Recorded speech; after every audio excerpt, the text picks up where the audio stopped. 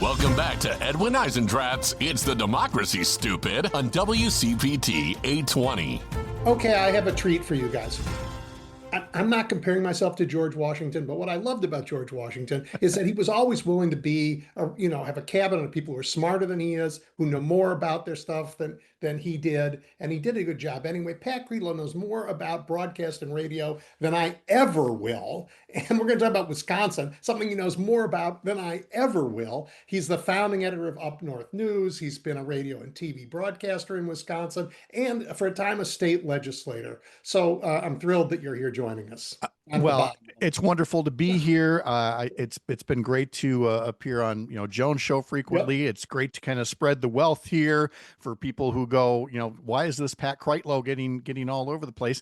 Because y'all are nice enough to want to know what's happening north of the border here, where we have such an interesting governor's race. So I'm happy to fill in whatever blanks I can. Well, good, because primary season is nearly over, but you guys are outliers still to come. So let's talk about the governor's race. We'll start with that because you got a wild one. Yes, we do. We started out with a field of 7 Democratic candidates, and then we had candidates drop out. We had one candidate come back in, and we have one person who has been a consistent front runner, Francesca Hong, a state representative who describes herself as a Democratic socialist. And she has consistently led.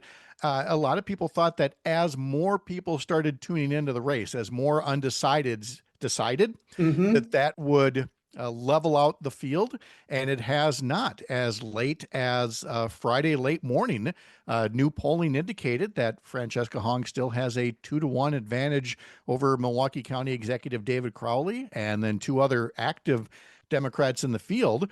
Now, of course, we're all chastened by what happened in Michigan with what the polling said versus what the results were. So I don't know that we really expect Representative Hong to have a 2-to-1 advantage over David Crowley when the votes come in. Will it get to the Michigan level of 1% or a little more than that? Yeah. It certainly is possible, but the race right now certainly looks like Francesca Hong's to lose. Yeah, I mean, primary. Just so for people who are paying attention to this stuff, polling in primaries is terrible and has always been terrible because primary voting is such a strange thing and you don't really know who's going to show up or who's motivated to do it. So the margin of error on primary poll, well, not so margin of error, they're off by like the uncertainty 18% all the time, but not by 50%. No, but, certainly there's a reason why you have the other candidates, State Senator Kelda Roys and former Cabinet Secretary Joel Brennan, staying in the race, even though they have, oftentimes single-digit support.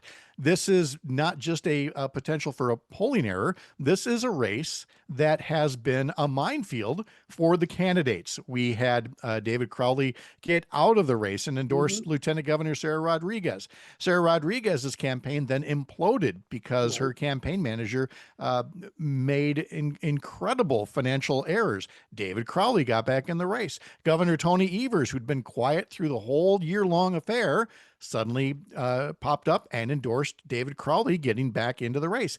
But there have been questions about, a website that he'd worked on in the past. Mandela Barnes got out of the race. There's been talk about his behavior in the past. So if you're somebody like Senator Kelda Roys, who's trailing in third place, you look at the current controversies, you look at past controversies about Francesca Hong's, past statements, and you go, why would I get out of the race? Anything can still happen with just a couple of days left. Well, and anything happens with more frequency than it should in your state. That's right.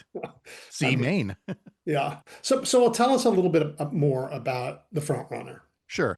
Well, Francesca Hong is in her 3rd term in the state assembly. She represents the Madison area, right around the state capitol. And from the beginning, she's a former restaurant owner, bartender. She's a chef, and she has no filter. And people love her for that. From the very beginning, they saw somebody who was willing to be a little bawdy, who was happy to be profane in talking, not just gratuitously, but in talking about the angst and the anger that people have about, the current system. So from Hmm. the beginning, she's been seen as, an anti-establishment kind of Democrat, one who's not going to just, sit and wait for her turn. That said, I think it was still a surprise to people, A, that she jumped into the race for governor, and B, that she became the front runner. I think she wanted to get the word out about the, unsatisfactory feelings of the electorate out there. Hmm. But she did more than that. She clearly tapped into something. And for people saying that this lead is artificial and the state's never going to go for a democratic socialist, I would say that after this many months and these many polls, her advantage isn't happening by accident. Yeah. She is tapping into something, and whether she was doing it to get attention and then maybe eventually run for a congressional seat or something else, or if she was always, guns a-blazing, gonna try to get the nomination for governor, she's tapped into something that has worked, it has resonated, and it has, so-called establishment Dems. I mean, they're on the ledge right now. They're calling me. My phone's been ringing and they're upset. And I'm trying to talk them off the ledge and let them know if she's the nominee with this kind of an advantage in the polling, you're going to be okay. But Yeah. right I now, mean, a lot of Democrats don't feel okay. I've watched some. I mean, I haven't seen her personally campaign, but I've watched her online. She has she's very compelling. She's very inviting. I Mhm. can understand why, as a candidate, particularly in this moment, her persona is very attractive. I'm a chef. I like to bring people to the table. I mean, I think she's very likable. There's nothing career politician about her yet, and it is a most unfortunate knock on somebody like Senator Kelda Roys, who has spent a quarter century in public service. She serves in the state senate. I served in the state senate. I have followed her career forever. And she has a very solid record. She is extremely well spoken, very comfortable on the stump. But this year, whether it's, overall dissatisfaction with the Trump presidency, anger about it, or dissatisfaction by moderates and independents about the entire system, Hmm. they're just looking at, somebody who is, established and saying, well, that's nice, but I need to go with somebody who's going to be brash and bold and Yeah. maybe not get everything that she wants, but she is speaking on my behalf is probably the best way I can explain her current advantage. And there isn't any sense that, or I should ask you if there's any sense. In Maine, Mhm. they had a candidate who people said the same things about. It turned out, we had to kick him off the ballot after the primary. And the maniacs, the Mainers, did a fabulous job of figuring out how to get past that. But there's no sense that she's a deeply flawed candidate, that she can't do the job, right? There's just a sense that people are worried that her politics may make it harder for her to win in the general. Yeah, there's people that look and say, well, I mean, she is tilting at windmills and she won't be able to do the things that she wants to get done.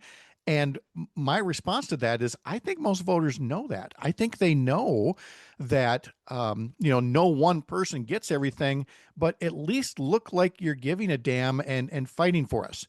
And I often invoke, and I'll do it again, another Democratic socialist in the Wisconsin legislature, Representative Christian Phelps from Eau Claire. I was asking him some time back to explain the appeal of the Democratic Socialist label. And I've always loved his explanation. And it goes like this: I don't have a problem with anybody calling themselves a moderate voter. Every voter is very able to say they feel like they're in the middle of things. But when I hear moderate politician, that's a red flag for me. That tells me they're going to settle just for the sake of compromise, far short of what they should. And what Democratic socialists are doing is saying, no, we're not moving the goalposts in just to accommodate, just to get along.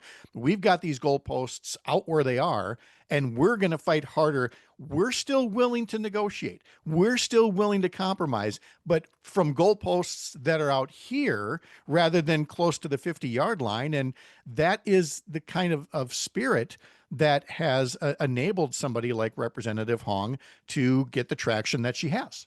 In fairness, I mean, does she buy all of the things in that DSA document that came out that said, we should not have an elected president and all of that stuff? I mean, most of the DSA people that I know are like just saying, look, we want to be Democrats, but we want to tell people we're not those Democrats. We aren't the let's make a deal Democrats. We've learned from the Republicans. We have things that we care about, and we are going to the mat fighting for them.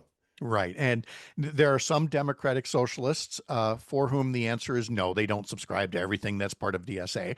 Yeah. But Francesca, near as I know, is or has been a paid member of DSA. And so she has rightly been getting quizzed on all of it. And Yeah.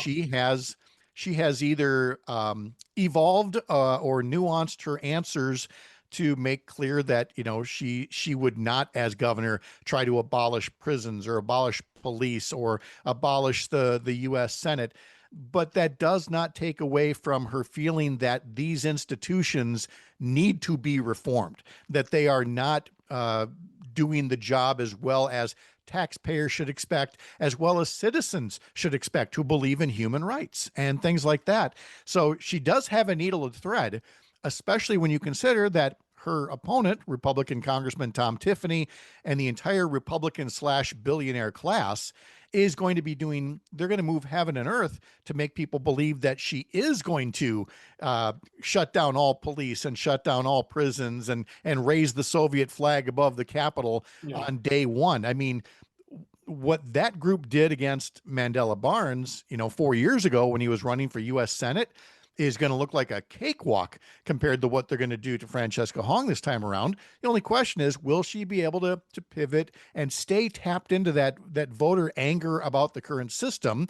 Or do we get on the same shiny object diversions about Thanksgiving tweets in the same way that John Kerry was swift voted back in 2004? Yeah, was she a talented politician? And you see, I mean, I know Yes. she's the anti-politician, but is Right. she a talented one? She when is. She's clearly in these small groups. She Yeah. thrives. I've seen her in those. I've seen her floor speeches, and she Mhm. thrives. Where she is weakest currently, and I think she would acknowledge this as well, is getting pressed in these debates and network TV interviews. Mhm. And I feel like, well, if that's your weakest link right now, you can work on that. You can be coached. Yeah. But in terms of when you're talking to voters about what they want to see in Mhm. terms of solutions to get money out of politics and fix healthcare and make it so I can afford childcare and things like that, I mean, she's already there. Yeah. All right. So Wisconsin has, because you've had to have because of what's gone on in that state and massive Supreme Court races that mattered, you have a Democratic primary voter that pays attention. You have voters who are used to paying attention at a sort of higher level than, say, here in Illinois. So when they make this decision, it it's likely an informed decision. They will have had a chance. That she will have been at the tires kicked. And I don't know, around the country, I'm sort of in awe of what Democrats have done mostly in this primary season. Oh, they are motivated like never before because for the first time in 16 years, Democrats may control either the state assembly and or the state senate and be able to defend the governor's office to get the Mhm. so-called trifecta, which they last had back before the 2010 election, back when I was serving in the state senate. And of course, in 2010, we saw Scott Walker come into the governor's office. The legislature's been under Republican control ever since. And there's just so many things that have gone wrong in this state since that Walker era that Democrats feel like after a couple of successful Supreme Court elections, getting fair maps to replace the Republican rigged maps, that they're finally able to give Wisconsin the kind of government that they would vote for rather than what you have in a gerrymandered case Hmm. where Republicans locked themselves into power and went against all kinds of issues that otherwise would have, 70, 80% support, things Yeah. like abortion rights and gun safety and investing in schools and things like that. So when you're that close to having what would truly again be a representative government in the state, you can You get can make some where, progress. yeah, Democrats they're taking nothing for granted. There's no Yeah. complacency Yeah. here. It's just that there appears to be a finish line in sight. And so here comes that shot of adrenaline to take them the rest of the way to November. Well, I mean, with that as background, then I am not um, so concerned that somehow Francesca Hong won't be able to win. I mean, the tires have been kicked. People have some legitimate criticisms of her, as we do about every candidate on the planet. But if the Democrats in the state say this is our candidate, will Governor Evers and everybody else there come together as they have in Michigan, or will they put their heads in the sand?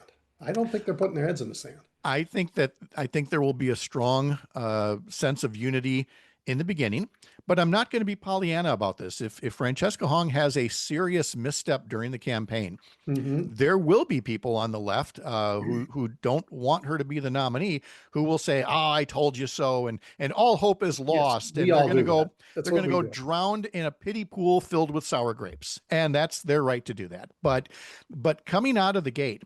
Uh, the person that invoke for this is our current Secretary of State, Sarah Godlewski, who is Hmm. now going to be the nominee for lieutenant governor. She made a very interesting and wise choice not to join the crowded field of candidates for governor, but she's the only person on the primary ballot for lieutenant governor. So she's going to be the running mate. Here in Wisconsin, you don't run as a ticket. The voters choose your ticket. And so sometimes the governor nominee and the lieutenant governor nominee who win those primaries, they don't like each other. This time around, though, it's going to be Sarah Godlewski as the lieutenant governor running mate. She's going to get along with any of those folks that are currently in the race. She has broad appeal across the state. And so Hmm. she and that running mate, whoever it is, are going to come out with a very solid, united message from the get go about all the reasons why Tom Tiffany would be a terrible governor for Wisconsin. And then it's on Fran to basically avoid any miscues that could derail that unity train. Yep. Okay. Well, that's always true when you get a nominee. Like, Mm-hmm. just don't screw it up. That's right. Don't screw it up. All right. Wait. Like, what other? There's not the only races you've got. Can I just say one thing? You mentioned Mandela Barnes and the race he had, Mm-hmm. and we're saying the Democrats can win the state, but he didn't win. And you guys gave us, and I've said this about a million times. People are tired of hearing it. The dumbest box of rocks in the United States Senate in Ron Johnson. Yes, yes, we did. But I always add this disclaimer. Ron Johnson did not win that race.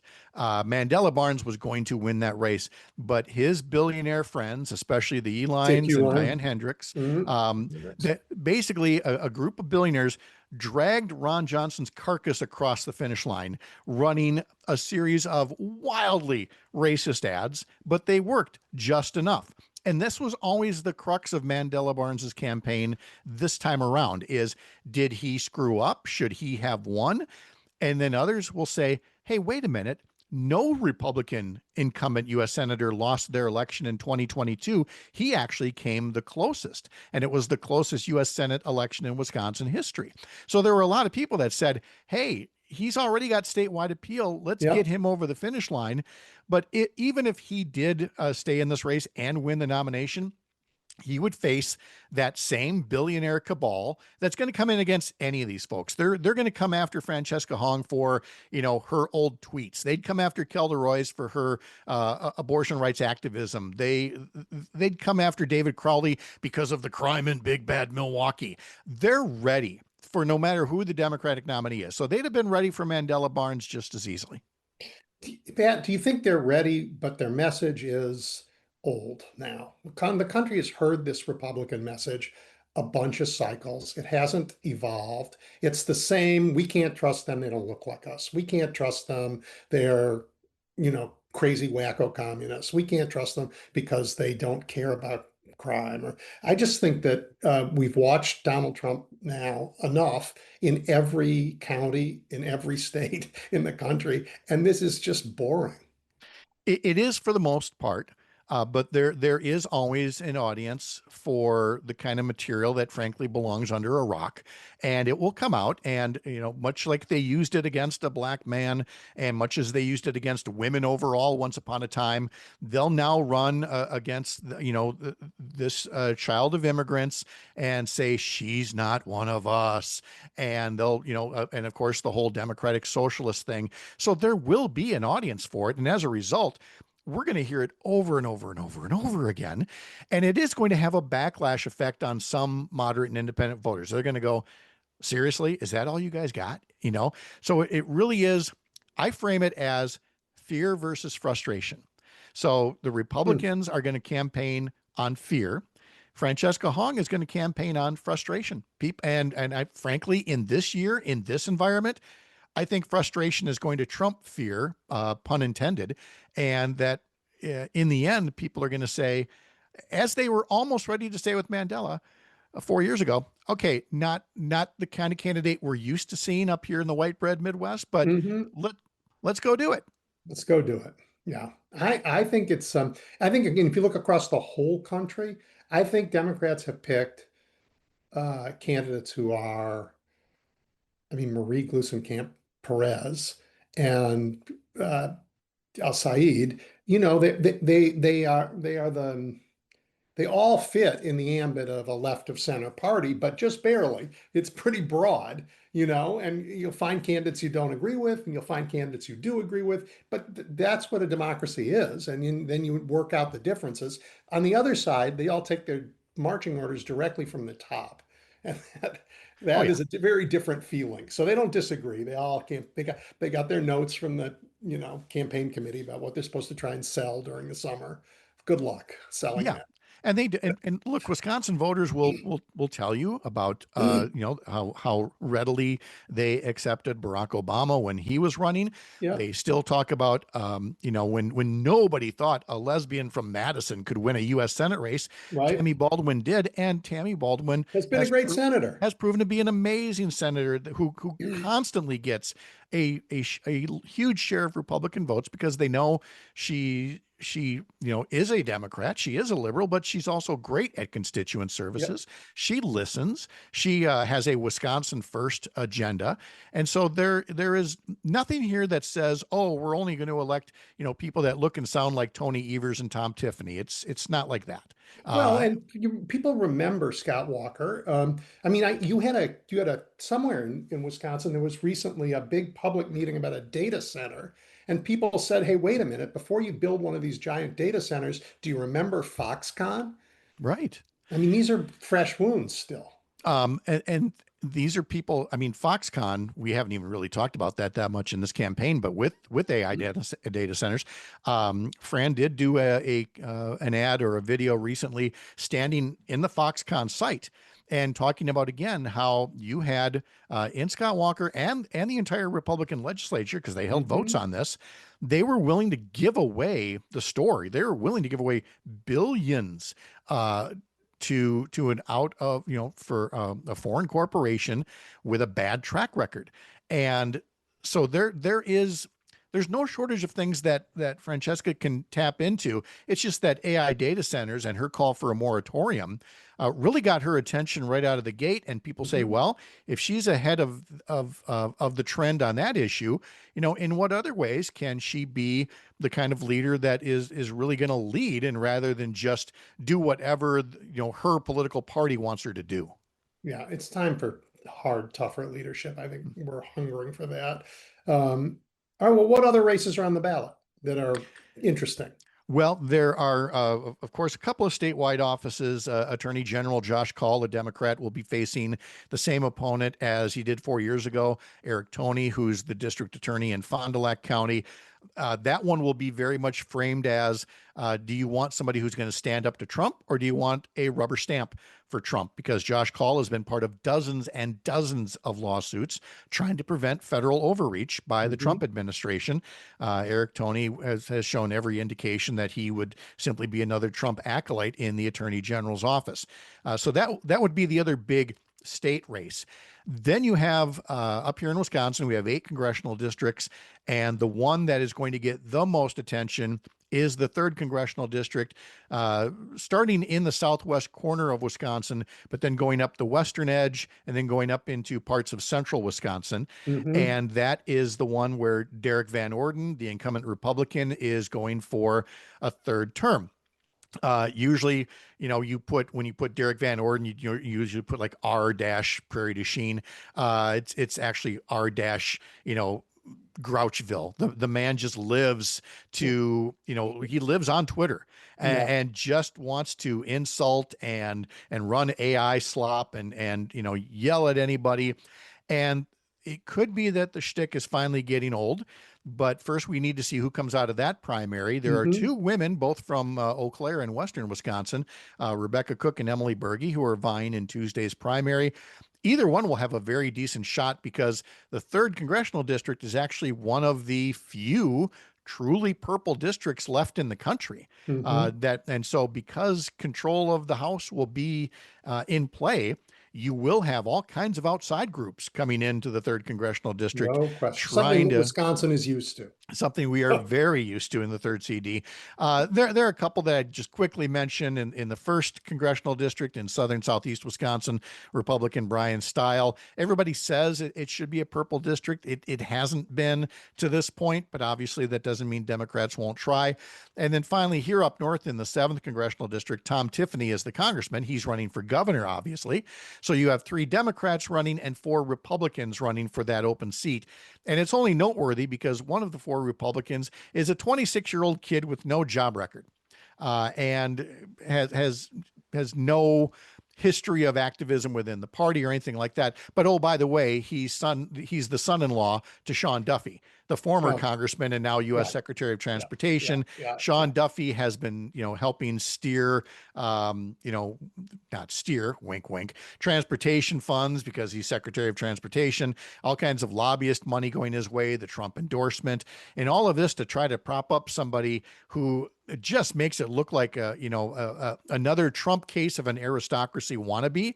And I am just curious as hell to see what Republican voters do up here. It is solid Trump territory, but will they look at this 26-year-old and go, no, no, no, no, even we still have our standards? Or if they go, hey, if this is what the big guy wants, then we'll take this guy. Yeah. Well, I mean, you said solid Trump territory, and I believe it locally, but the polling in Wisconsin on Trump, even though he won the state, is he's now underwater, as he is everywhere else. And I think polling on the MAGA movement has them underwater too there, don't they? They do, but having been the 7th district candidate back in 2012 and represented part of that area in the legislature, worked it for decades as a reporter. It is an area much like a big chunk of rural America that was once solidly Democratic. Things changed over time, and it is emblematic of red rural districts, Hmm. throughout the country. Hmm. It doesn't mean that the Democrats don't stand a chance in here, but it would have to come in a wave. And this would have to be a wave of immense dissatisfaction with Trump and just the way things are going for this district to flip. So it would still be a tall order. She'll be a tall order. All right, one more question about sort of rural campaigning. The Trump administration has not been particularly good for rural America, but that's been a hard message for Democrats to get out. Um, I, Francesca Hong's from Madison. Is she able to talk to rural voters about their issues? And are other candidates out there talking about, everything from hospital closures to embargoes on selling your grain or the jacked up prices of fertilizer that we see all over in Well, rural America? that's exactly what I was going to tell you is that in these rural districts, I mean, they send their kids to school. and they've seen what Republicans have done to jack up their property taxes, over the Mhm. years. They have watched hospitals and clinics close. My wife is an OBGYN in Rice Lake, which is midway between Eau Claire and Duluth Superior. And they closed their labor and delivery a couple of years ago. Yeah. So if you're in that northwest corner of Wisconsin, you're now looking at an up to 2 hour drive to deliver a baby, and that is not sitting well with people. There are just some fields of medicine that you can't just say, oh, telehealth will take that over. Right. No, the robot's not delivering a baby in rural Wisconsin. So people are acutely aware of the failings of this president, who came here to Chippewa County not that long ago and tried to talk up his accomplishments, but nothing about it. There was no substance to it. And people obviously see what the tariffs have done. They've seen a farm bill that's been stalled for years. They've seen an attempt at doing farm bailouts, but they know that just adds to the federal deficit. So they then have to try to win over these areas with some of the more despicable tactics that, prey on people's biases and prejudices. And, that still sits well with a certain segment of the population. But again, this could be the year that Yeah. rural voters look at, the lack of high-speed Reality. internet, Yeah. And say, the yeah. potholes on the roads, and go, why don't we maybe try a new direction this time? Well, we've run out of time, so that's got to be the last word. All right, everybody. Pay attention to Wisconsin. It's always been important for America in every kind of way. And if you want to know what's going on there, pay attention to Pat Kreitlow. Absolutely. Come follow me at upnorthnewswi.com. Thank you, Pat. You're welcome. Thank you.